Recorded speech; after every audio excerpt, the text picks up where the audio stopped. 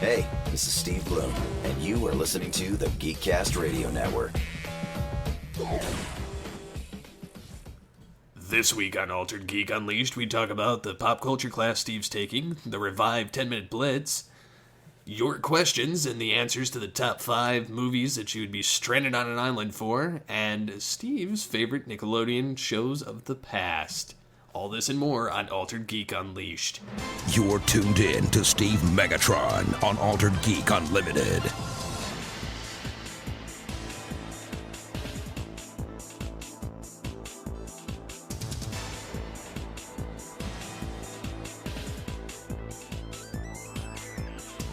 Hello, and welcome to Altered Geek Unleashed. I'm your host, Steve Megatron Phillips, and joining me is no one this week. Unfortunately, again, all parties are uninvolved this week, whether it be illness, moving, or various other projects. That being said, we're going to have a pretty structured, segmented show. So without further ado, as far as This Week in Geek has been going for me, I've been, pretty much working on the superhero class for the second time. As I've mentioned before, I'm a community teacher's assistant, TA. The class is actually concluding on October the 1st for the second class, and I was a part of the first class, and I'm one of the alumni for the second class taking it again, and I decided that it would be fun to build upon the universe that I've already built. And it was very barely hashed out the first time. I created, mind you, all of these characters that I've actually implemented so far into the storyline are names that I've played around with for years. They've either been alternate screen names of mine, they've been other stories I've written and used the characters, so on. So the first class, I did a character called Avatar, which is the futuristic, this takes place like 100 years in the future. And it's kind of a dystopian world that's kind of destroyed, and it's led by corporations that are dark and sinister. Anyways, there's a character, the villain is created because of that corporation, much in the way of Mr. Freeze, except he kind of goes almost the Joker-y cyborg route. And he's trying to destroy the corporation is essentially the story I came up with, because of what they did to him and ruined his life and kind of drove him nuts. So he goes back to the past, not quite as far as he went about 20, 30 years into the past, and tried to blow it up ahead of time, so it would essentially prevent him from turning into that, and the whole cosmic time travel MacGuffin. And Avatar, who is, his father leaves him this high-tech suit of armor, and he doesn't know why his dad has it. Mind you, his family is nowhere to be seen. He's basically he's 20s, kind of an almost, he's on his own. And he's supposed to be this kind of a tech genius, kind of cocky, kind of a cross between Booster Gold and Batman in a sense. I mean, it's kind of a nice twist there. So he essentially is going after this villain and to stop him. And in the course of that, he does stop him, but the villain goes back even further in time, and the hero attempts to go back forward in time, not thinking that the villain went, backward. And so he follows him, and in the essence of that, ends up in the past, which is modern day, which would probably be about, 10, 15 years from now. That being said, move ahead to the second class, where I'm the alumni. I've had a little bit of practice with it, so doing it the second time, it wasn't so difficult. Mind you, they kind of upped the stakes in the second class. The first class, there was no way to tell your progress until you turned in the assignment at the end. There was nothing to turn in. I mean, yeah, you could participate in the Facebook group or the community groups. But there was really nothing to track you week to week like a normal course would. And it's $50 for the certificate, and you get, the certification, and you also get some custom art for the class. Mind you, they're both PDF, but who cares? I mean, it's the age of that, so I mean, Anyhow, back to the community TA thing. So I'm helping out other students taking this class, and answering questions or kind of giving ideas or helping them through story or proofreading or stuff like that. So in the meantime, I'm creating my own story again, except I'm creating the past for the same universe. And I'd already created all the character designs during the first class. They were just ones I decided not to use at that point. And I'm still tweaking them even now. So, I mean, it's among that list of things. So I created whole teams ahead of time. So I'm creating the leader of the modern day teams of the villain and the hero. Not necessarily the whole team yet. I'm not fleshing those out, but it should be fun in regardless. So I sit here and I created this hero named Mega Drive who essentially has a healing factor, but he doesn't know he has it. At least not right away. And he discovers it because he too is fighting a corporation. That's stealing resources and kind of you can almost equate it to like an oil company, like how they scavenge and steal resources from people. So the character in the real life version of the character, not the superhero version, is based off of me loosely. Creating the media and tech kind of stuff, except he's a media conglomerate, whereas I own a podcast network. So I mean, it's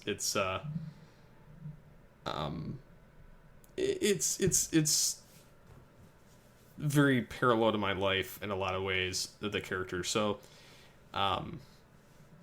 he essentially is assassinated,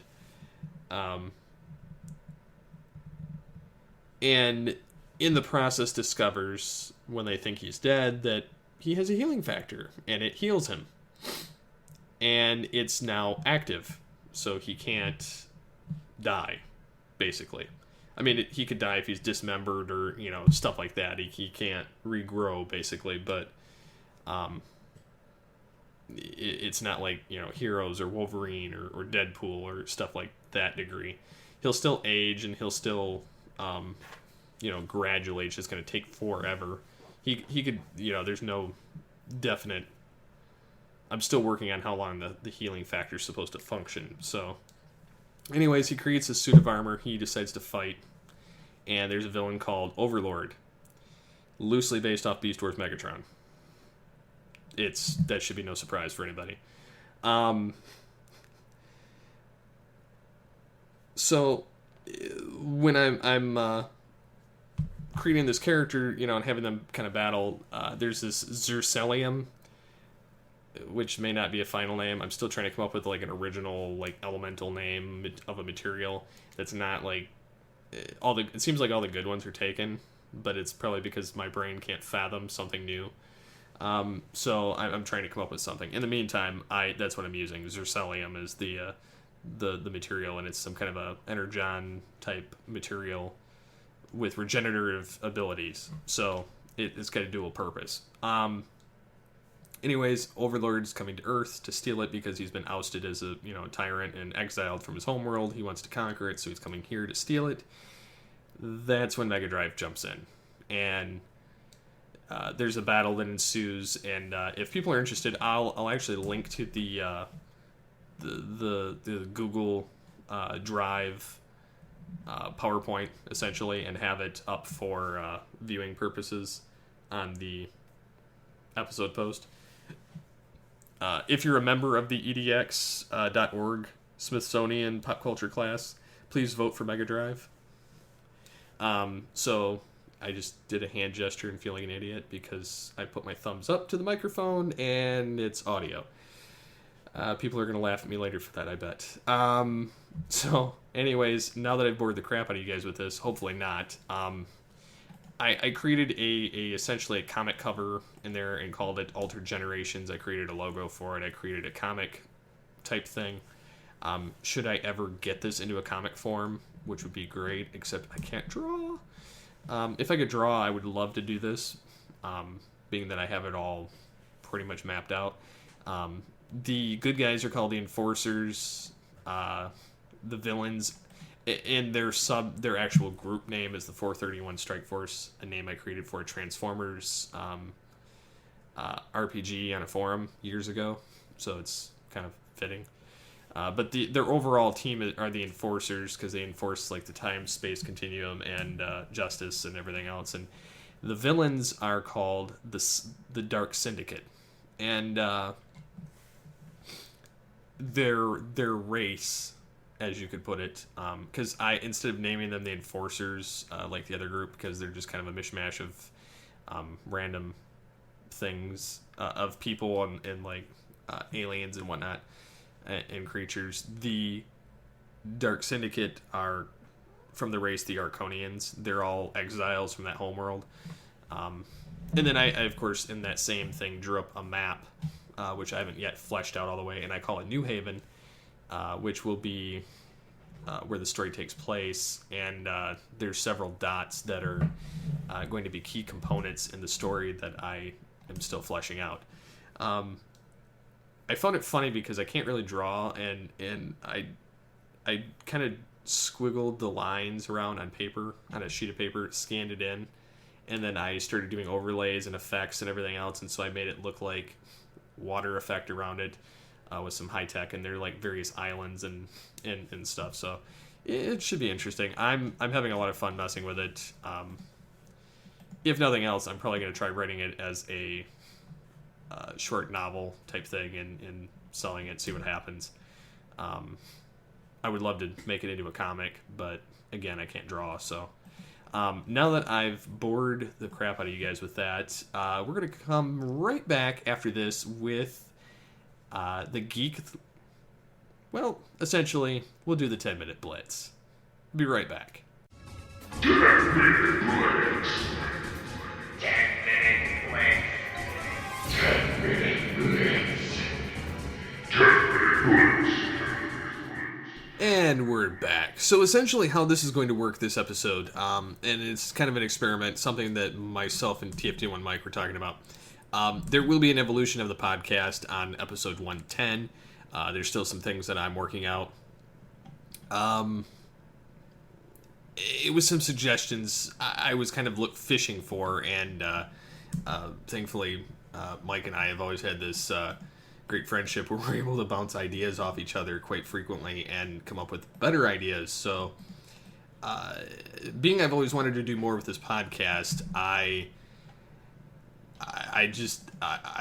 at a loss of what to do because I've done so many different things. It's gotten to mesh together now at this point, and I'm having a hard time deciding what to do. So so Mike was graciously helping out on his day off, as he put it, to come up with new ideas. So one of them is on the 10-minute blitz, instead of doing 5 news stories in 10 minutes, I'm going to cover a story per minute.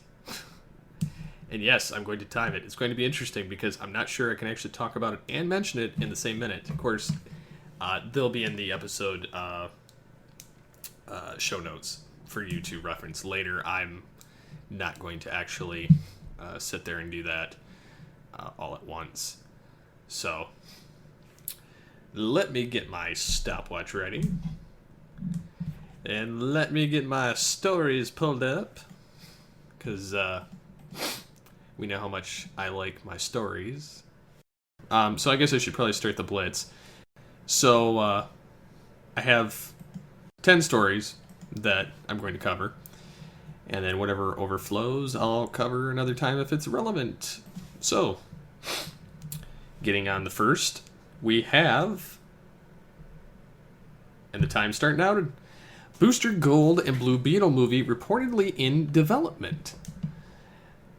What do I think about this? I think it's interesting. I would almost equate this to being like the DC Universe's version of, having, like, Ant-Man or Doctor Strange, in a sense, because I don't consider them primary characters in any sense of the word. So, I think that this could be rather interesting. I've always wanted to know more about the two characters. I'm not entirely sure what all their background is, but I'm really looking forward to seeing Booster Gold in any sense from 25th Century. And that's the end of the first part of the Blitz. Gonna reset it. Only this time I'm gonna, instead of do the stopwatch, I'm gonna do the timer. So that's 1 down, 9 to go. Starting.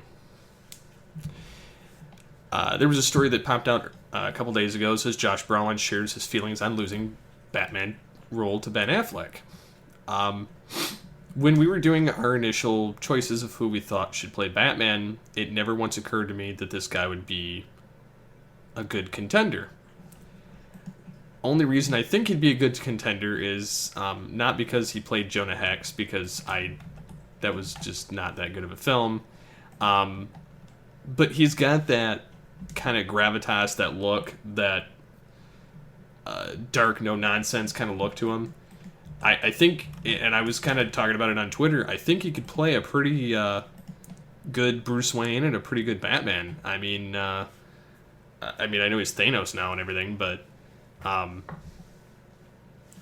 I think he would have been awesome as it, actually. But, I mean, we're getting Ben Affleck, so... Oh, time's up. Shut off. Okay, so, moving on to the next one. We have... Load, Internet Explorer, load. Could Star Wars be coming to Netflix streaming? It says they've heard back from Disney and Netflix, and they said that there are no plans currently to stream any and all Star Wars movies throughout the platform, which is unfortunate. It was a rumor that was placed a couple days ago, but and then they have an update on there now. But it says if you punch in Star Wars or any of the full titles into the search, in fact, it oddly points away from the films entirely. It says while most movies are subjects, if you type in the name, give you some related titles. When you type in Empire Strikes Back or other Star Wars titles, it brings you to a not found. However, when you put in Return of the Jedi's page, it says login required. The screenshot shows in this link that, it's a placeholder. So if they're going to do it, expect probably December, but I highly doubt it. But yeah, I just thought it was kind of interesting. I saw this pop up that it's in the list of contenders. Wow, that does not allow much time. I think this is a lot more fun doing 10 in 10 minutes. I know it's a little bit over with me bantering in between, but it's funny.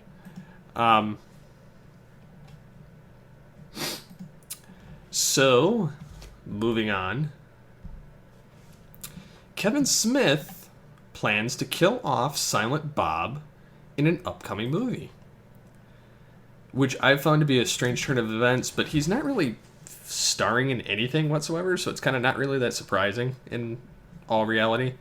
It says that because he's turned his attention to the True North trilogy, the horror comedy films, he did Tusk, and then the next one is Yoga Hosers, and then the final one is Moose Jaws. He said that it's going to be like Jaws, but Moose Jaws, and it's, Silent Bob is going to be killed by the moose, eaten by the moose. Basically like the Captain Quint went in Jaws. So he gave the option to Jay or Silent Bob of dying, and he says, "You, not me." And he says, "Why?" And he was like, "Because I want to be in other movies." So, yeah. Silent Bob's going to get eaten by a moose. Wow, that is just not enough time. Don't worry, this will get more streamlined as things get better between the episodes. This is actually fun. Sorry about that. I had a technical difficulty on my computer. Internet Explorer crapped out, so I had to use Firefox, so sorry if I repeat something. Starting the next part of the Blitz. Taken prequel TV series in the works. Do we really need this? I mean, it seems like almost another 24. And how are you going to have a girl get kidnapped like 22 times in a season? But anyways, it's supposed to be a prequel story telling the origin of Brian Mills, the retired CIA agent in the movies played by Neeson. I'm wondering who they're going to have play him. I mean, being that he's going to be a lot younger, so I'm not really sure what direction they can take this, but I'll probably check it out.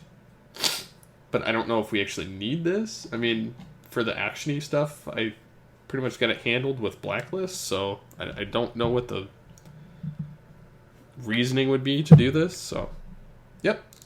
Cutting this one short.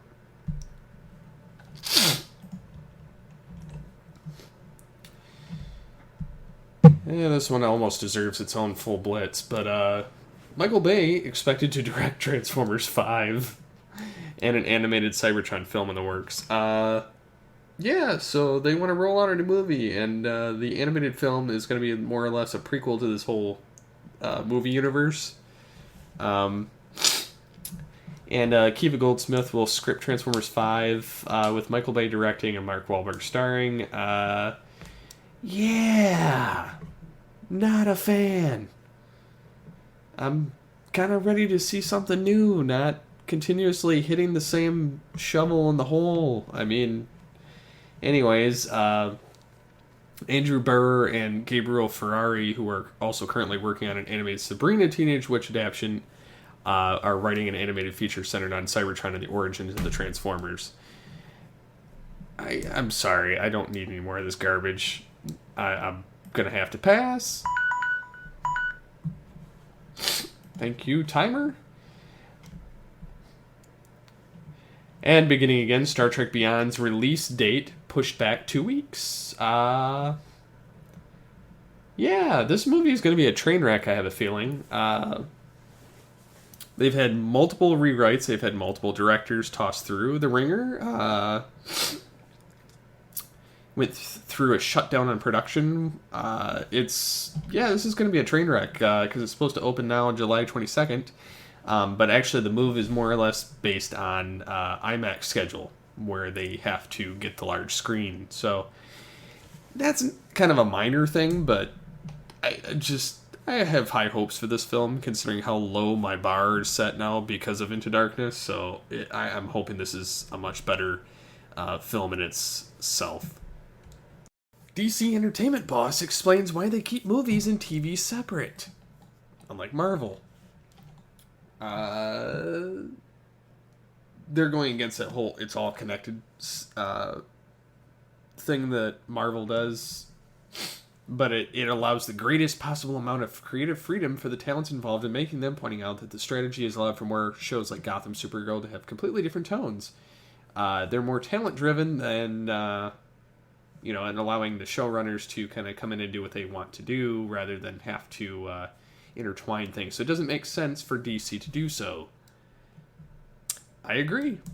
I completely agree. I love DC's television more than I do Marvel's, so that's definitely up my alley.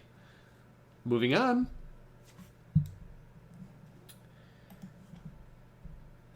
We have Agents of S.H.I.E.L.D. Season 3 new concept art for Chloe Bennett's Quake. Or Daisy Sky Quake.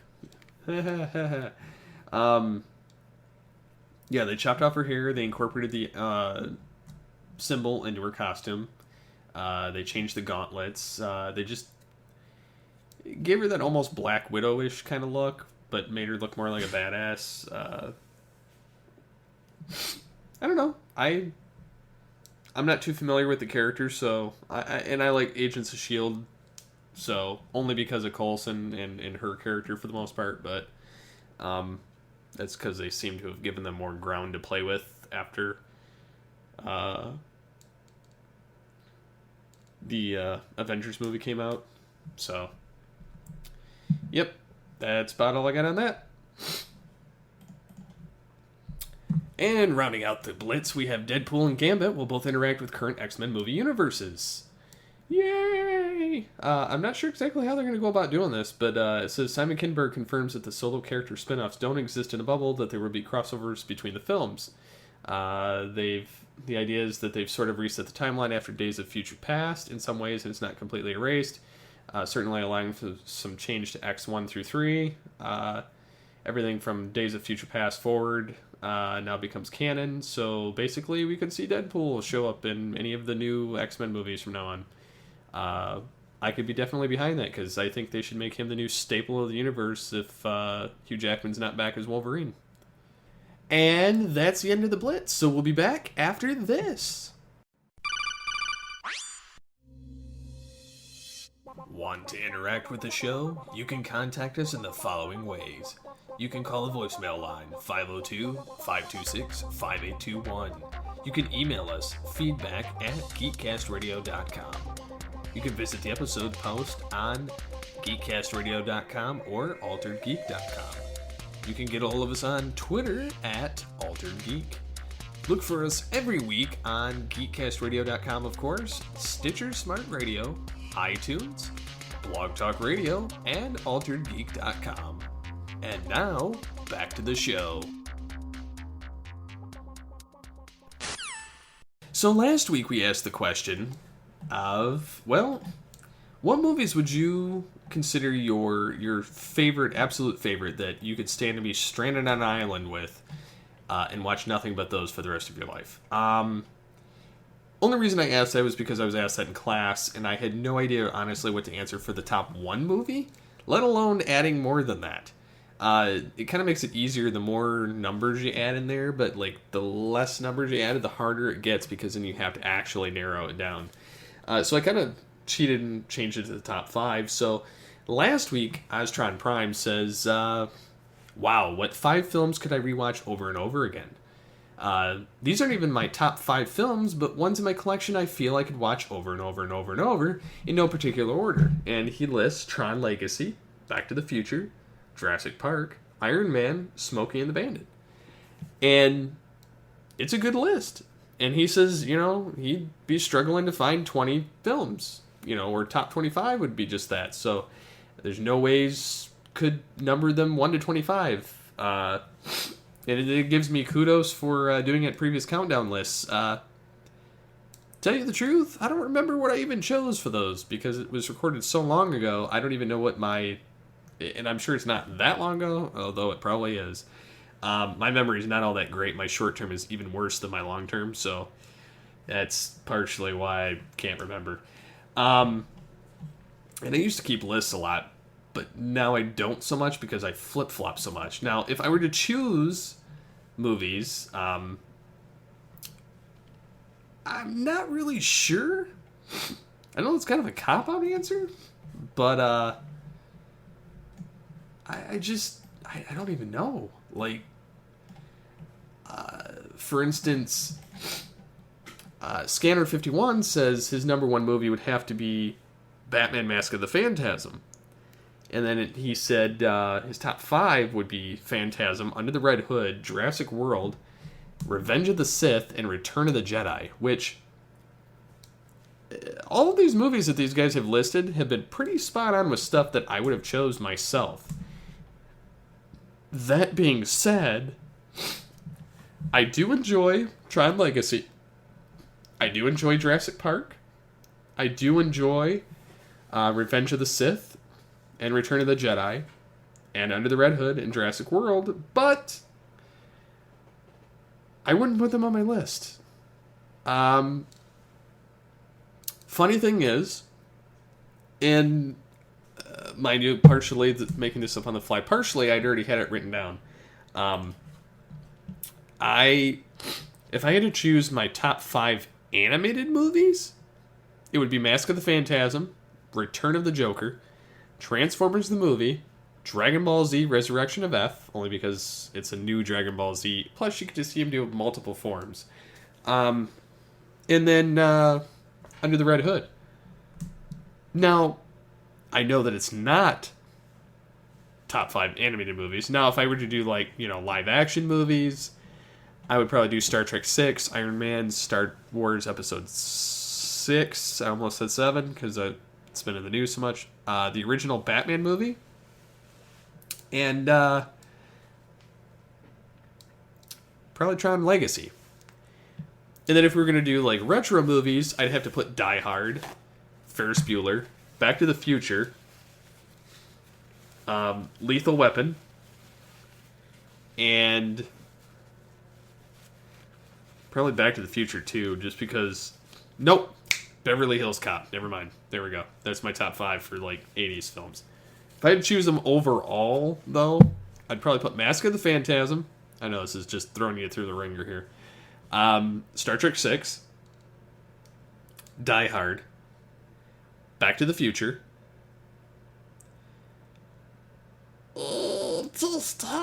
Ace Ventura: When Nature Calls. Boom. My 5 movies. That's so much harder to do when you're sitting there thinking about it. I've been mulling over this for the last week. That's why it's so difficult for me to come up with this. Yeah, so I mean, it's kind of interesting to see what people's lists have. Of course, Back to the Future or Mask of the Phantasm or some kind of a Jurassic movie is generally in there. Generally, a superhero movie of some kind. It's inevitable with the amount out there. I like the lists that have come out so far. So yeah, we'll be back with a quick break, and we'll talk about my favorite Nintendo... Why am I flubbing so bad? When we come back, I will talk about my favorite Nickelodeon shows. We'll be back after this. And now our feature presentation. And we're back. So, I saw this article, you could say, on, I can't remember what website, but, anyways, it was on old Nickelodeon shows, and now that we know that Nickelodeon is kind of coming up with a new channel like Splat or something like that, which I don't think I put that on the last show. I think it came out after. Anyways, they're set to bring back classic 90s programming on a block called The Splat, probably because we had all the GAC and all that stuff. So, it had like things like Rugrats, Real Monsters, Salute Your Shorts, Hey Dude, among various other things. So, it's going to be interesting to see what they bring back. I'm hoping, and I'm really hoping, that they kind of pull from their old pool of a mixture of old programming. Meaning, I really enjoy their Ninja Turtles that they're doing now. I don't like any of their other animated stuff, their live action stuff, other than Power Rangers. I don't like anything that they got going on now either, because it's not for me. I'm old. Being 29 now, it's kind of funny because we started this network when I was young. Ish. So yeah, a lot of these shows just don't interest me that are out now. I would like to see, like Doug or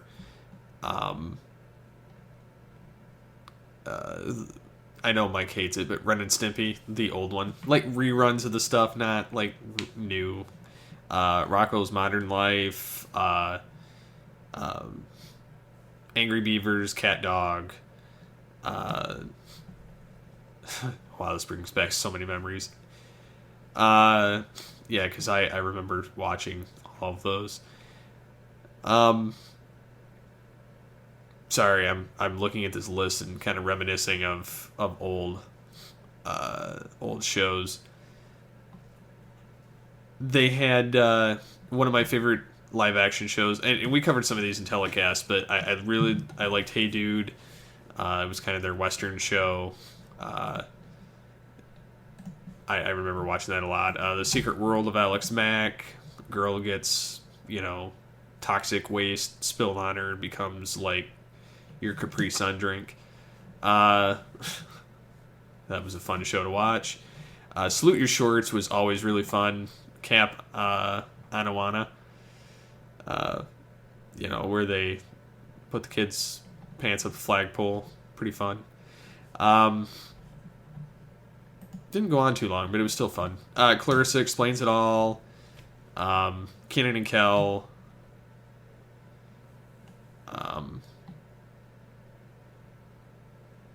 Sorry. More dead air. Yeah, they had those shows. They had... I forgot they had Animorphs. It was like a Hasbro property. It was based off science fiction books, but still, I forgot about that. And that's currently getting reruns on another channel, but I'm surprised it made 26 episodes, 2 seasons. Sony produced it, too. It's kids turn into animals kind of thing, like to transform into animals, almost like what Beast Machines did with Savage Noble and with Megatron. Yeah, that explains it. Why TV Nickelodeon? Yep. That's definitely where that kind of came along, and it's right around the time Beast Machines came out, so that figures entirely. I don't know if I'd watch that. It was bad. Are You Afraid of the Dark? Definitely a fun show. Didn't know it went on for 4 years, but that was a fun show to watch. Of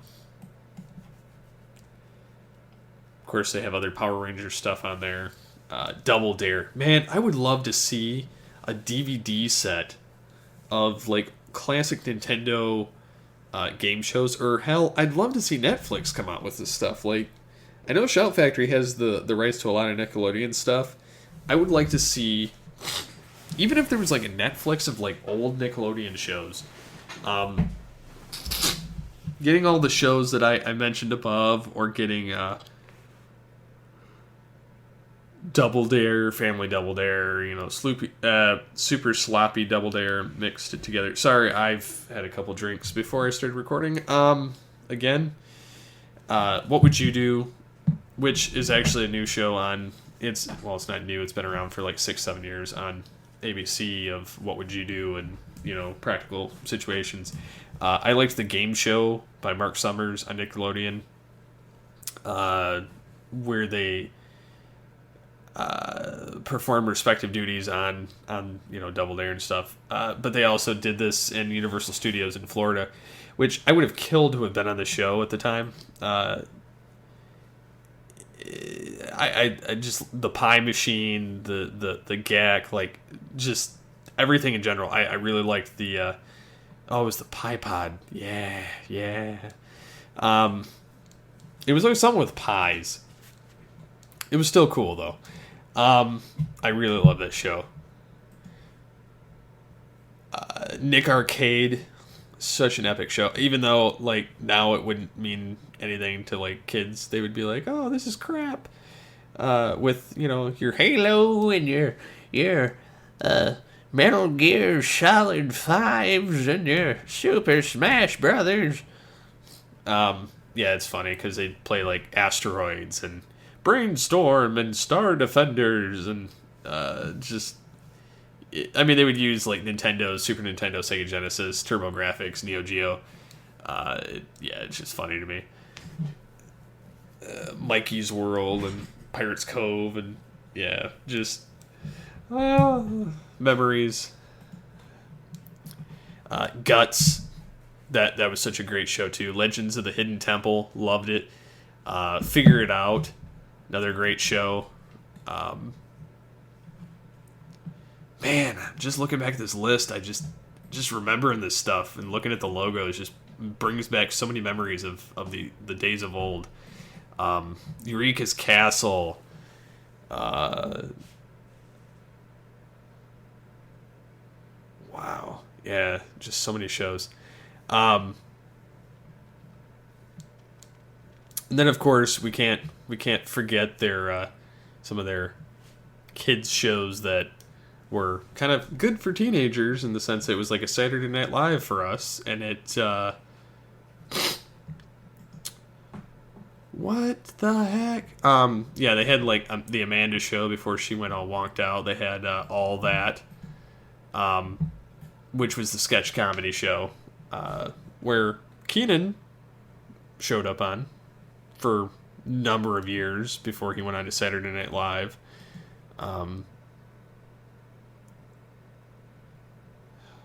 Ace Ventura, former acquired animated series. Wow, they got a lot of series that they acquired. Tiny Toon Adventures, Star Trek the Animated Series, Underdog, Garfield and Friends, Bullwinkle, Beetlejuice. Oh, I remember Beetlejuice. Pinky and the Brain. Yeah, so this station's definitely had a lot of love in the past. It just, I don't know where it's went in the last 10 years. I would just love to see a return to like a lot, not really a return. I would like to see like, I think it's a bit much to create a channel per se to any of this kind of stuff because it's very nostalgic, and people that are, you know, the people that are over 25 are probably going to remember most of this stuff, I would say. But if you're under that, you're probably not going to know what half this stuff is that I just mentioned in this episode.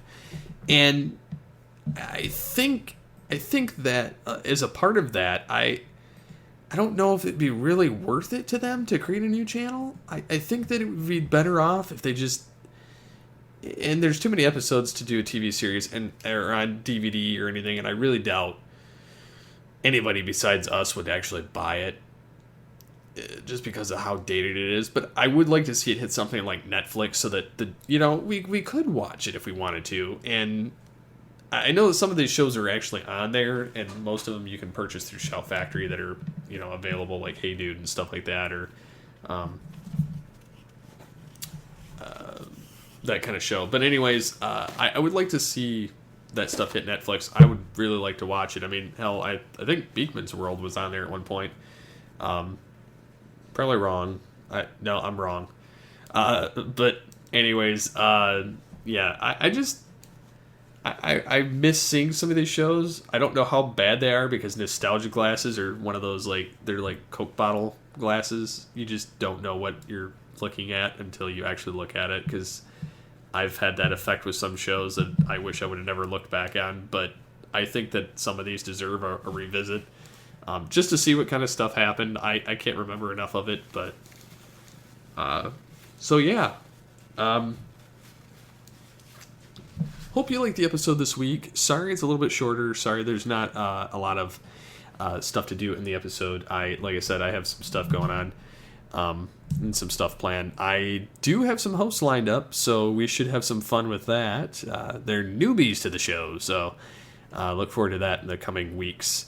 So until next time, you can get hold of me on Twitter at SCP21. You can get a hold of the show at Altered Geek. My question to you this week would be, what Nickelodeon shows would you like to see come back, either revived or just be on Netflix? Or I mean, hell, what is your opinion of like these old shows? Like, do you think it would be beneficial to, you know, either have a set block of time on the channels, or have like a nostalgia channel where all these shows get syndicated to, or would you just like to see them come to Netflix in general so that we could catch up and watch them all? Yeah, sound off in the episode comment section. And until next time, get Altered Geeky with the Altered Geeks.